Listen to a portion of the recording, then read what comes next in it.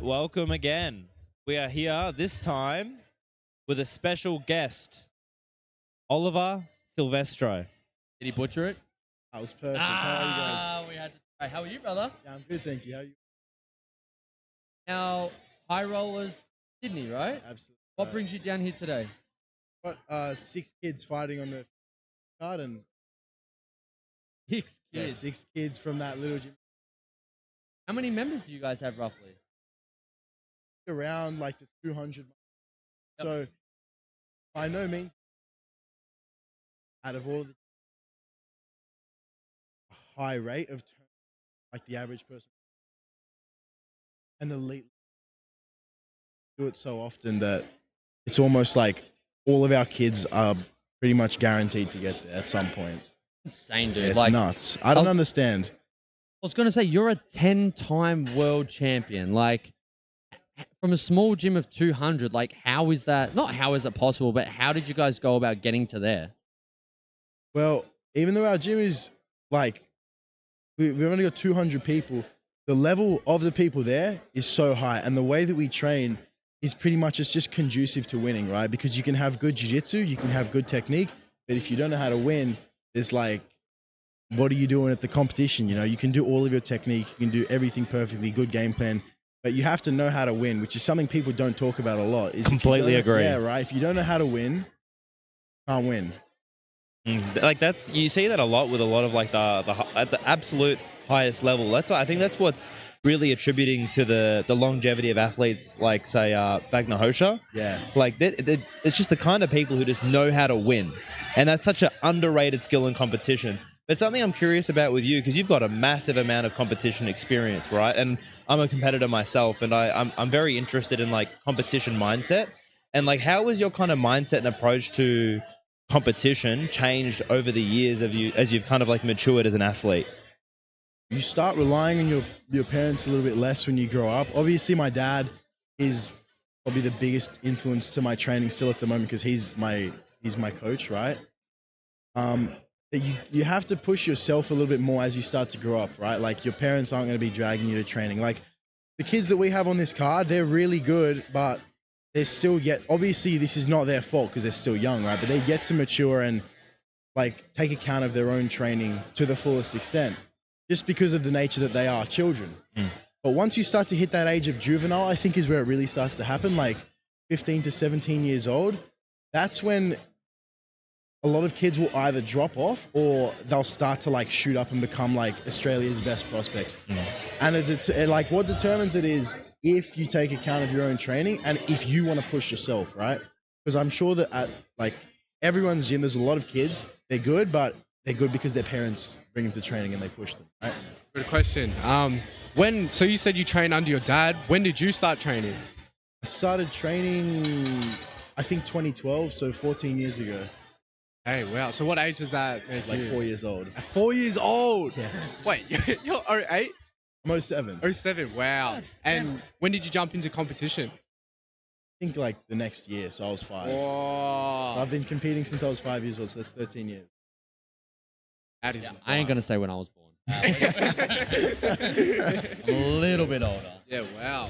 So do you get competition nerves still? A little bit, but the way that you manage them is so important, right? Because neurochemically, there's no difference between being nervous and being excited, right? Like if you were to take a brain scan before a tournament, right? One person was nervous, one person was excited, they would read the same, right? So it's about how you speak to yourself as well, because if you go into the competition saying, oh, damn, I feel nervous, no, you're going to inhibit your own performance. If you go in talking to yourself like, what I'm feeling right now is excitement, right? And it's anticipation of the match I'm about to have, you're not going to close up, you're not going to shell, and you're going to be able to do all the techniques that you've been practicing in training, right? It's going to help you so much if you just switch that one word out, nervousness, for excitement. It's about I forget who this is from. I think I heard it from one of Kobe Bryant's mentors, but it's not that butterflies are bad, but it's about getting the butterflies to fly in formation. That's tough. So, I mean, you've done it at like literally the biggest stage, like 10-time world champion. Did you have many, call it hiccups or many trips along the way getting there? Or have you kind of been one of those competitors that have done well from pretty early on? I think it's been a pretty smooth ride that I owe to consistency, right? Like especially the consistency of my training, right? Like in North Strathfield, at High Rollers, I think that we just do such a good job at knowing how to win in these difficult situations. And like I've got some really formidable training partners there that no one really knows about because they actually don't compete much, but I would put them up there with some of the best in Australia, right? And if you stay consistent, like if I always thought about it like this, if I can win at 5 years old dominantly, then I can win at 6 years old, and then I can win at 7 years old and all the way up to juvenile. And if I'm dominant at juvenile, I just have to stay ahead of all of these other guys, and then I'll be winning at adult purple. And then I just adult black belt, which is eventually the goal for everyone, right? Like once I get to adult black, all of the world titles that I've won at juvenile, colored belt, everything, that won't matter to me anymore because I'll be black belt world champion. And so that's the goal I'm trying to reach. And how do you balance the interplay between, say, outcome, like the goals? Because you have goals. Goals are great, right? But if you fixate too much on the goal, I feel like you move away from a place of like attraction to like pushing it away. You know, like the more you need the gold medal, the more the gold medal runs away from you, right? So then how do you balance, say, the direction, your goals, you moving towards, saying, being a black belt world champion and actually managing your training on the day-to-day and how you show up every day? Well, the trick is you have to enjoy it, because if you don't enjoy training, you're not going to go, because like there's a sense of detachment in feeling from training and like your perceived result at a tournament, because you'll think like, oh, it's just one training session, doesn't matter if I miss it. If you go to training and you have all of your mates there, if you've got a fun coach, then you want to go to training. And you know what I do is, instead of me taking rest days, I'll go to the gym and I'll just mess around with my friends, right? Like I'll do like 1 or 2 rounds just like stupidly. I'll just muck around. Maybe I won't pay attention to technique, but the fact that I'm going there, I feel like it's better than doing nothing, and it keeps me in routine, you know? So if you ever want to have a day off, just go to the gym, muck around with your friends, right? Like you can ask my coach Tadeo about it. He gets pretty upset with me sometimes just because I'll be in the corner with someone else and we'll just be talking some stupid stuff, but that's what you want to aim for, because look, if you're always hunting that gold medal, it takes the enjoyment out of it, right? For some people. For me, the reason I do it is because I love winning. I love winning, right? And that's what motivates me, is to get that gold medal. That's really what I'm aiming for. But if I didn't enjoy training, I wouldn't be able to do that. And if you enjoy it, it's not about discipline. Yeah, exactly. It's like you just love it. It's just enthusiasm, right? I consider myself like, I'll muck around with people and they'll ask me, oh man, you're pretty good at jiu-jitsu, and I go, oh, I just do it as a hobby. Nice. So you've got all these accolades behind you, but what's coming up in front of you right now? What's your 2026 season looking like? That's a really good question, actually. I've got quite a few things coming up. I'm actually going to be fighting on Fusion June 12th. Oh, yeah. No gi? Yeah, no gi. Because you're predominantly a gi competitor, right? At the moment, I'm predominantly gi. So out of the 10 worlds that I've won 5 in gi and 5 in no gi. Oh, okay. It's a pretty good split. But yeah, I'll be fighting on Fusion June 12th, which is really exciting. But then slightly before that is what I've really been like training up to in my gi season for this year, and that's IBJJF Worlds. So that's going to be at the end of Purple? May. Yeah, purple. Have you already won Purple Worlds or not yet? I've won it in no gi. Won it in no gi, that's right. And AGP, I won AGP Worlds in purple. Right. Yeah. And then you got Fusion June 12th. Trials? We'll see. I'm not too sure, because as like someone who's just come out of juvenile and they are a purple belt and they mainly compete in IBJJF, I don't know that many leg locks. Like I'm not very good at legs. So I think I'll learn pretty quickly, but if I can get that down pat, then yeah, I'll definitely be looking at trials. I think XP at the end of the day is just like the main thing too. Like you might, like I think it's obviously important to go in with the intention of winning. Yeah. But XP is just XP at the end of the day. Do you agree? I definitely agree with that. Like you hear all of these old heads talking about like one competition is worth like 1 month of training. No, I agree with that. I definitely agree with that. But if my name is ever registered in a bracket, I'm like 1,000% planning on winning. You want to take calculated risks too, right? Yeah, definitely calculated risk. Something that I look at every time I'm competing or when I'm training, if there's a move that maybe I'll get like 30% of the time, but there's a 70% risk that I lose the position, or there's a move that I'll get 10% of the time, but I won't risk losing the position. Right? I'll give you an example. If I'm in mount and there's an Americana and there's an armbar, right? This is an example, good example for kids. There's an Americana and there's an armbar. An armbar, maybe it's more likely that you'll submit them with an armbar, but right, if there's a little chance that they escape with that armbar, go for something lower risk, even if it's less likely to happen, like an Americana. Because if you mess up 100 Americanas, you've still got that mount position, right? But if you mess up one armbar, they're coming up into your guard, and now instead of you playing from mount, the momentum of the match has shifted, and now you have to start defending your guard passes, playing off your back instead. Not to go off topic with this, but because you are predominantly gi building up, how close is your game in the gi to no gi? Like, is it very similar with just small adaptations, or do you actually kind of play two different styles? I feel like my gi will bleed into my no gi sometimes. Right now, my no gi is like nowhere near as good as my gi, just because I haven't trained it for the last 6 months, right? But as soon as I finish gi worlds, I'm making like a full switch to no gi, where I'm going to be doing that for the rest of the year up until December.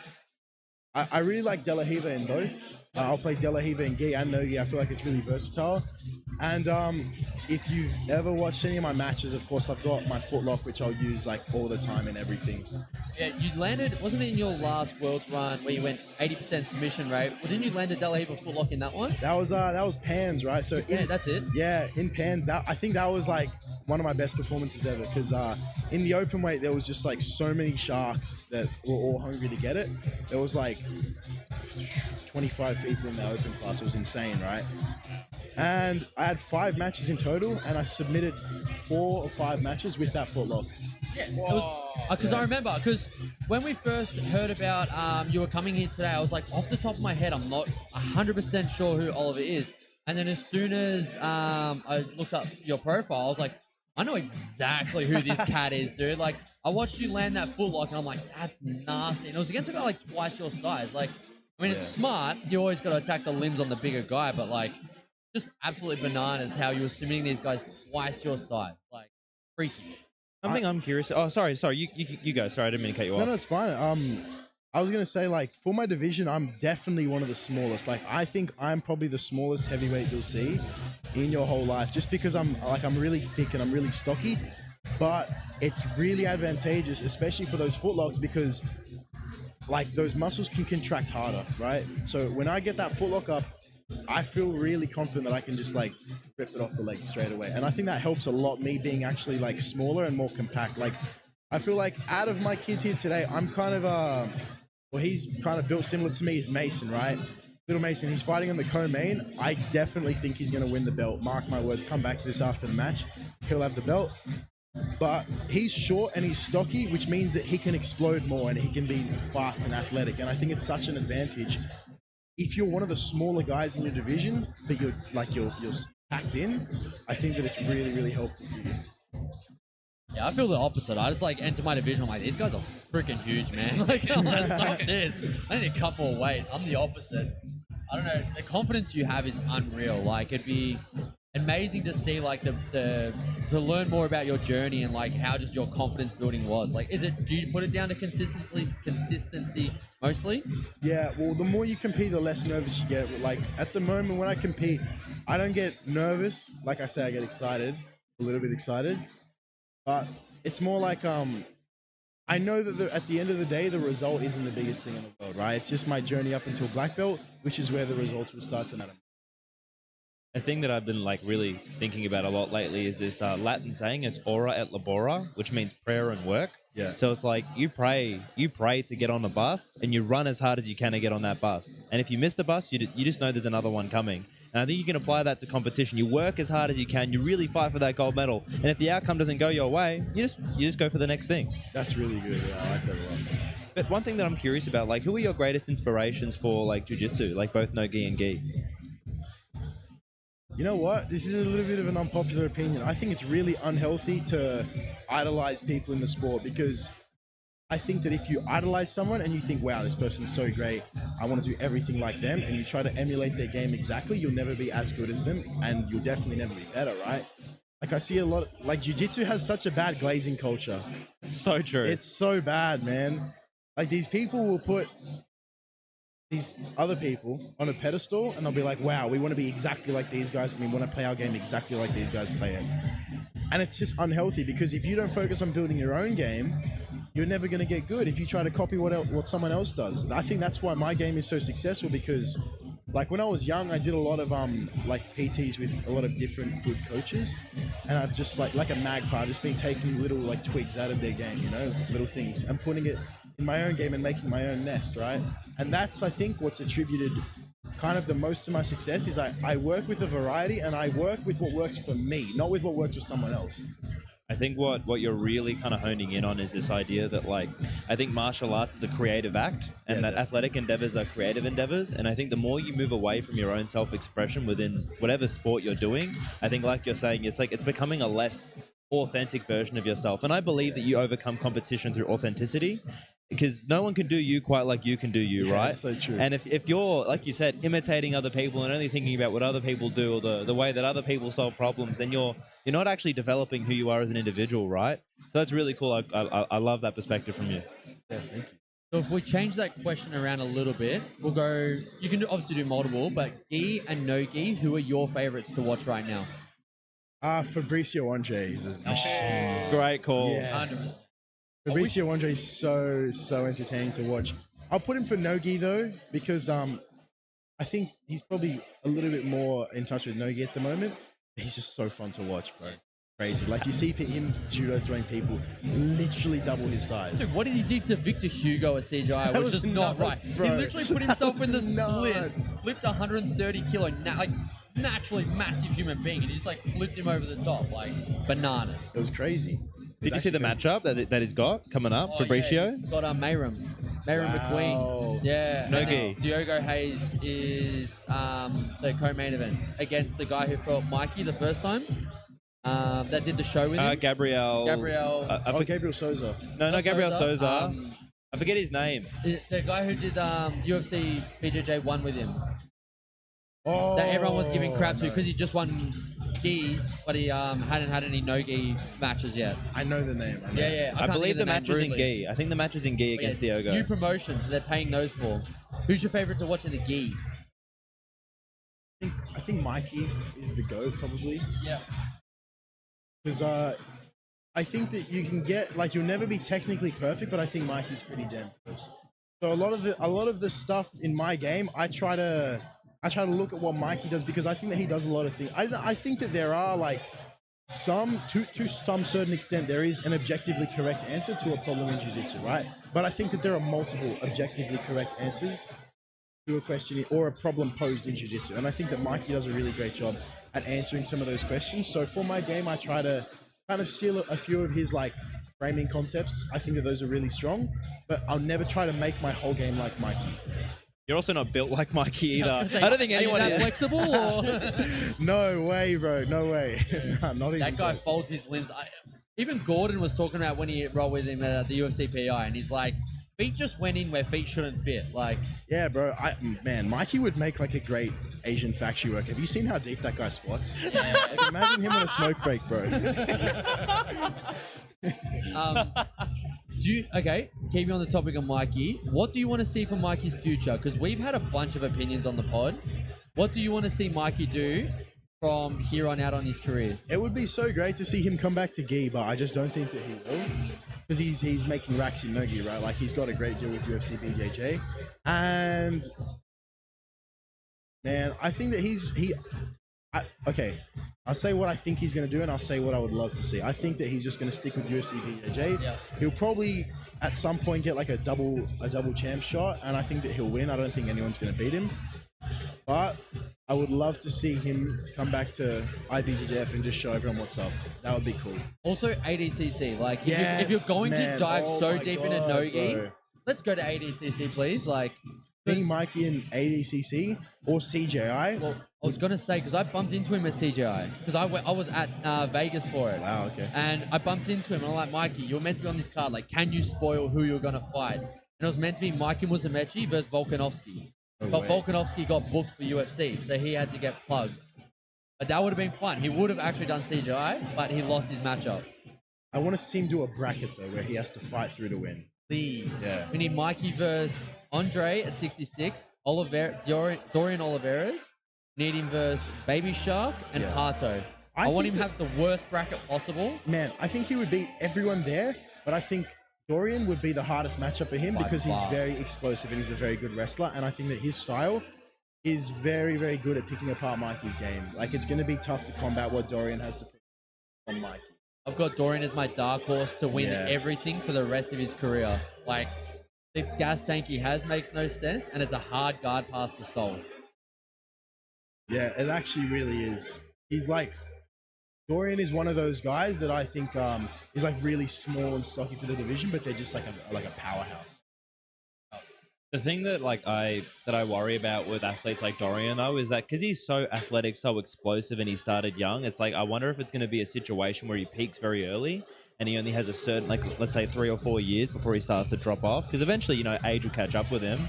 Because he's someone that struggles with a lot of injury. I think he didn't compete a whole lot last year because of a back injury. So I just worry that like that style is going to come with so much mileage that it's end up going to be inhibiting his career in the long term. When he goes to MMA, it won't matter. Why do you say that? Because he's just going to knock everyone out. Yeah, I think so.